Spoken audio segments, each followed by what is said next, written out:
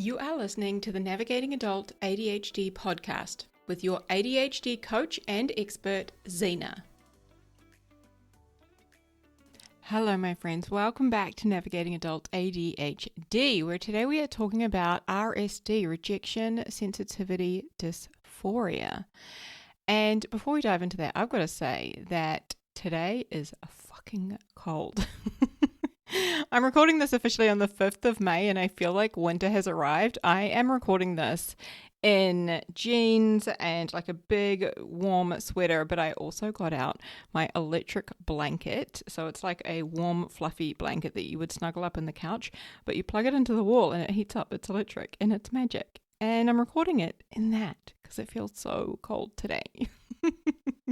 So that's just a little life update real quick. But anyway, into rejection. That's what we're talking about today. So RSD, Rejection Sensitivity Dysphoria, is very common for people with ADHD. And it is when we feel an extreme emotional sensitivity and pain, and it's both an emotional and a physical pain, which we experience due to real or even perceived rejection, criticism, or failure.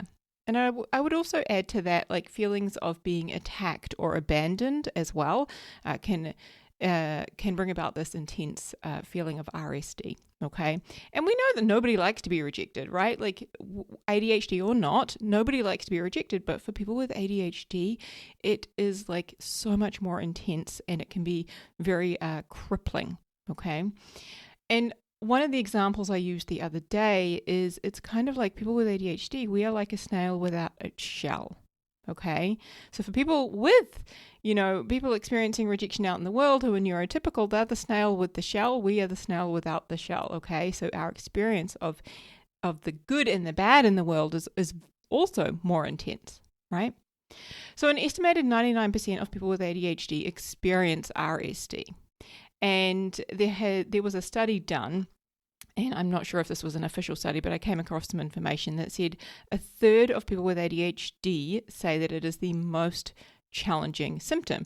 And what's interesting about that is, as I have shared that, and I did a training in my membership the other day, and most people said it is by far the most challenging or one of the most challenging. So very interesting.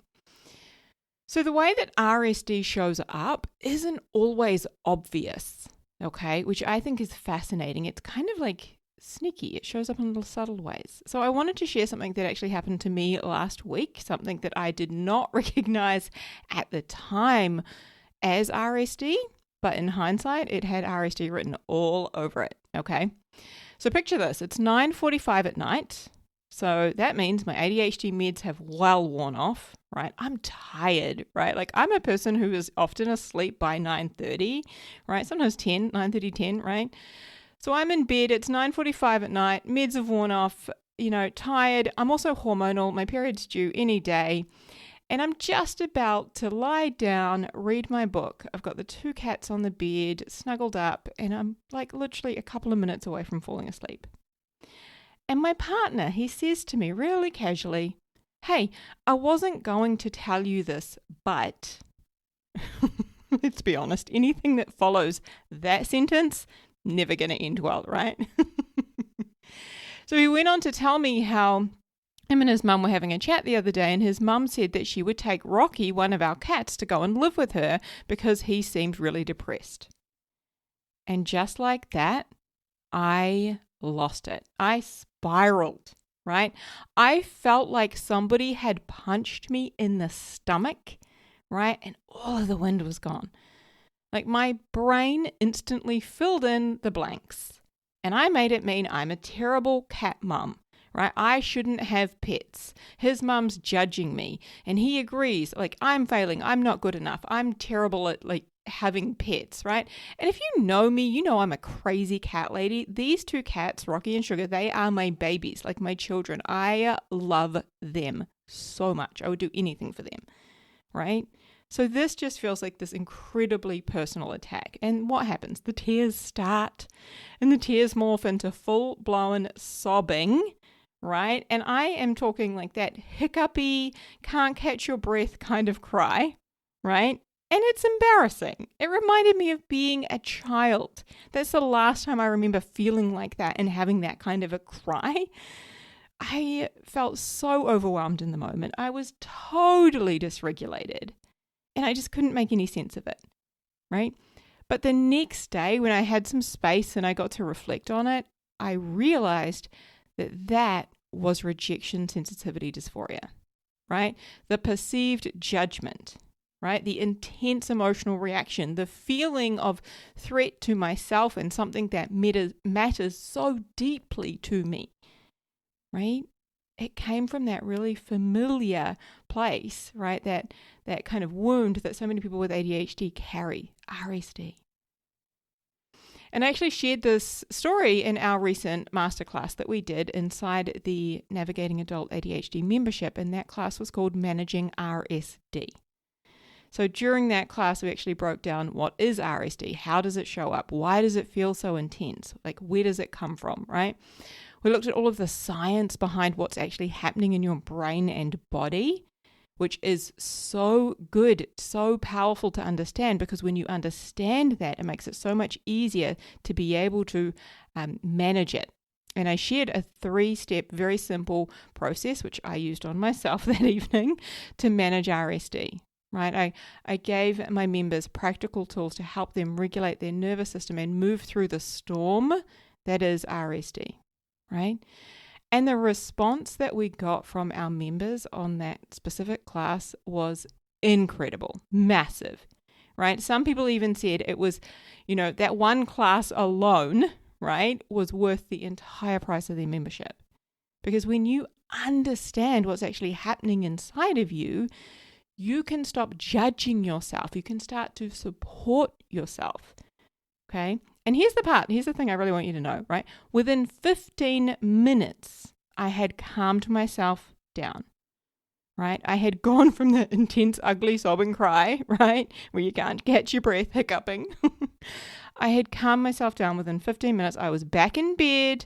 I was snuggled up with my 2 cats. I, was reading my book, getting ready to go to sleep. And that's not because the situation had magically changed, but because I used the tools that I have learned over the years to ride the wave, right, rather than getting pulled under. So I want to take this opportunity to mention to you that the doors to the membership, Navigating Adult ADHD membership, are opening again very soon. We only open the doors 3 times a year. Okay, so they open again in June of 2025. If you want to access this class and loads more, right, we have a monthly class like this every month. We have courses already in there. We have weekly coaching calls, Q&A calls, body doubling sessions. If you want to access all of that, if you want to have support, right, if you want help to feel better, to get shit done, to really work with your ADHD brain, then I want to invite you to come and join the wait list so that you will be the first to hear when the doors open. All right? So head over to navigatingadultadhd.com/membership, right?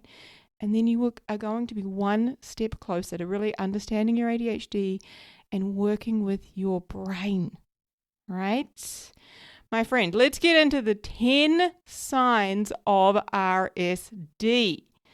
So number 10 actually is one that I was thinking about this. I didn't actually have it on the list, but I was thinking about it this morning on my walk and I was like, no, number 10 I think is really important. So I shuffled another one off because I was like, this is one I see in our community a lot. All right, but let's go through them. So starting from the top, number 1, criticism ruins your whole day.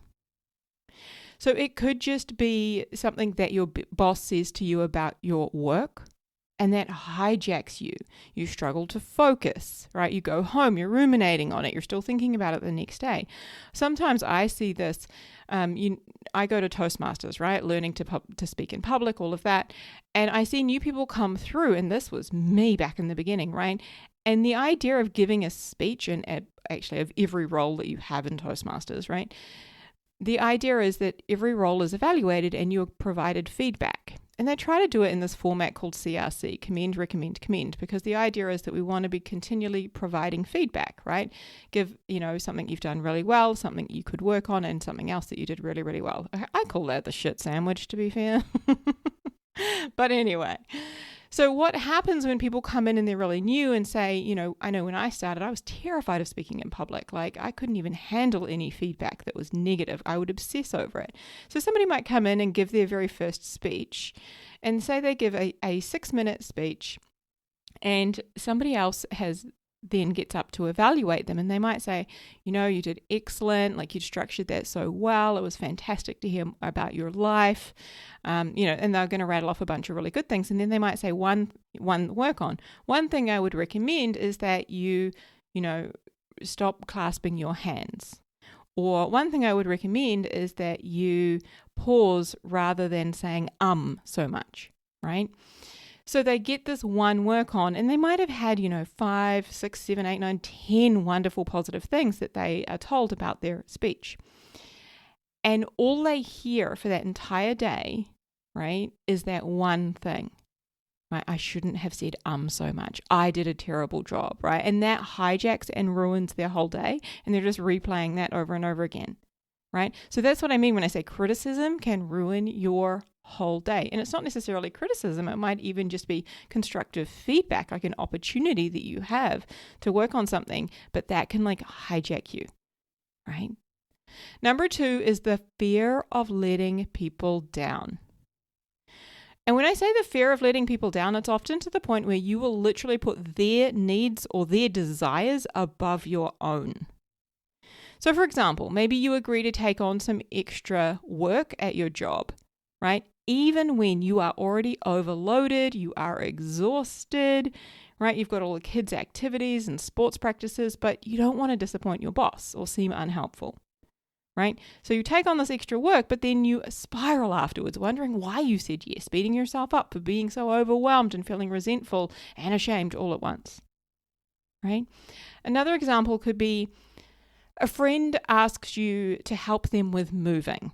Right? They're moving house and they've asked you to help move them over this weekend. And you were planning to take that weekend just to rest, to recharge. But you say yes, again, even though your body's screaming no. Because the thought of them being disappointed in you or the thought of them thinking that you're selfish is unbearable. So you end up exhausted, emotionally drained, and kicking yourself for not protecting and prioritizing your own needs. The third one is approval-seeking behaviors or people-pleasing behaviors. Okay? So for example, that might look like spending so long trying to create the perfect text message reply or, the perfect email reply. Right? Overthinking every single word because you're scared of being misunderstood or of sounding rude or coming across in the wrong way.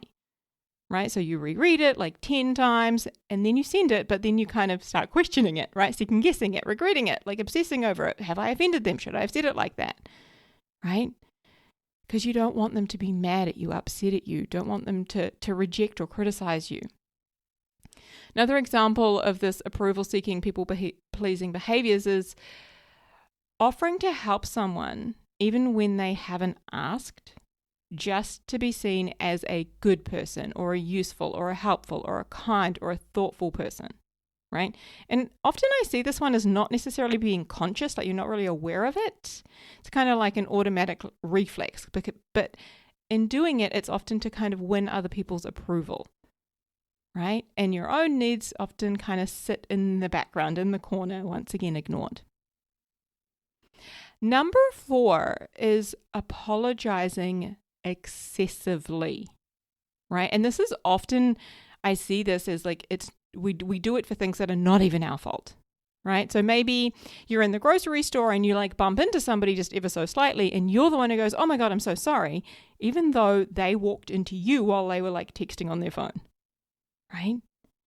Or it could be that a friend is running late to a catch up you're having, right? And you're sitting there waiting and you are the one who ends up apologizing because you think that, maybe I chose a time that wasn't wasn't good. I'm so sorry. Like, I was so early. That's my bad. I'm so sorry, right? Like, you're just trying to smooth things over to avoid any potential like tension, right? Number 5 is striving for perfection to avoid any potential criticism, failure, or negative sort of feedback in any way, right? So I see this one a lot, and it could be at work, something that should really take you 2 hours, takes you 8. And it's not because of the ADHD, it's because you go over and over and over it, right? Rewording it, looking for mistakes, worrying about what that client will say when they get it, and then trying to cover any possible thing that they might question, right?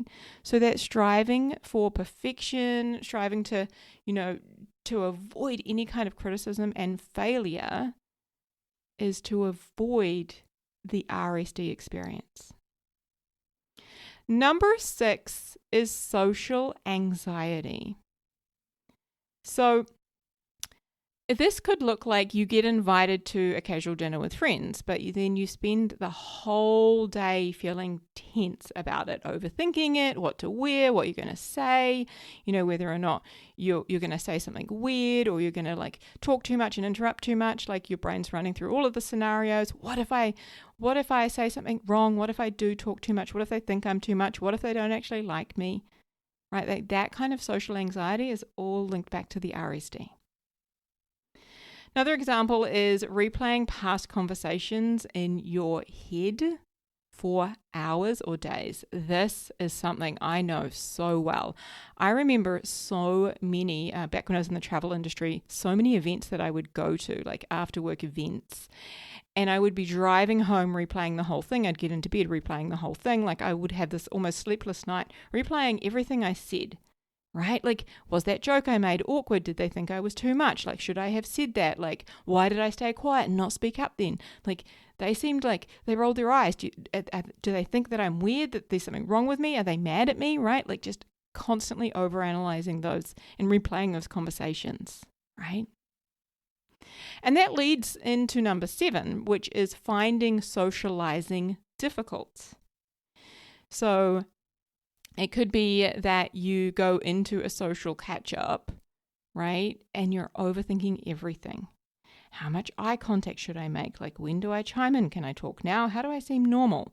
Again, I very much relate to this. This used to be me for sure, right? Because you're afraid of not being liked.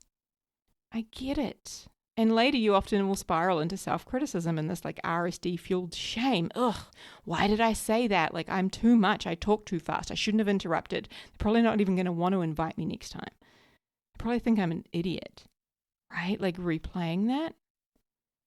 Number 8 is not going after opportunities, right? So it could be that there's a promotion at work, but you don't want to go after it because you don't want to get any negative feedback, or you don't want to be rejected, or, not get that opportunity and kind of feel like you have failed. So just not going after opportunities, right? You guys know I avoided dating for over 10 years because, again, the RSD, I was terrified of being rejected or criticized, of going on that first date. So when it comes to dating, like RSD is something that can impact our dating life and our relationships so hugely. Number 9, always thinking that someone is mad at you, right? And I mean when they go quiet or when their behavior changes. Right. So, for example, you might be sitting on the couch with your partner, say it's like 7 o'clock at night, and you've been, chatting and having dinner and all going well, and you notice that there's this change in their behavior and they go quiet and seem kind of like withdrawn. And you immediately think, oh my God, what have I done wrong? What did I do? Right. Or it could be like your favorite coworker at work, like turns up to work and they're super short and sharp and like not very chatty and friendly with you that day. And you're like, oh my God, what did I do? Right? Like always thinking somebody is mad at you. And number 10, right? This is the one I added today. I changed my mind. I was like, I'm going to put this one in here because I see this one so much. And that is using learning to avoid taking action or avoid putting yourself out there. Here's what I mean by that. So it could be that you study, right? Like you get your qualification. I'll use life coaching as an example. You get your qualification in life coaching, and then you think, rather than, starting my business or putting myself out there and going to networking events, I think I need to get some more qualifications. Now I need to learn about CBT. I need to learn about DBT. I need to learn these other skills that will complement, or I need to get another life coaching certification, right? Like more and more and more learning so that you've got more and more and more tools on your belt, right?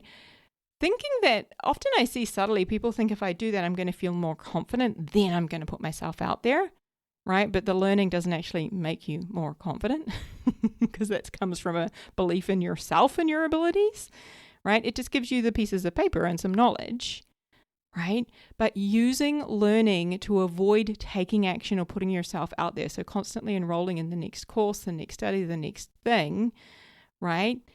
Because when we're learning, right, we're not having to necessarily apply what we're learning, like apply for the job where we could be criticized or rejected or, experience RSD, or start the business where we're definitely going to face criticism and rejection. And oh my gosh, I experience RSD almost daily in my job now. Like back at the beginning, I definitely experienced, but now that I have a membership and I have like a variety of like different offerings, it's not just the one-to-one coaching. I'm like, oh my gosh, it's happening almost daily, right? But often I see like using more learning as a way to avoid, the putting ourselves out there and experiencing the rejection that is a part of life, right? As a part of, change and growth. All right, my friend, that is the 10 signs of RSD, Rejection Sensitivity Dysphoria. Again, I want to invite you to come and join the waitlist for the membership for when the doors open again in June. You can head over to navigatingadultadhd.com/membership. You get on the list, you become a VIP automatically, which means that you hear early when the doors open and you get some incredible bonuses. And of course, you get access to the RSD class that we just had and all the previous classes that we have had. So you can learn already about emotional regulation, right? Dopamine management and how to maximize your dopamine, all the things. All right. Huge, huge love to you. Take care and have a beautiful week, my friend. Hey friend, if you want some more help navigating and thriving with ADHD and some help applying everything that you're learning here on the podcast, then head over to our website, navigatingadultadhd.com.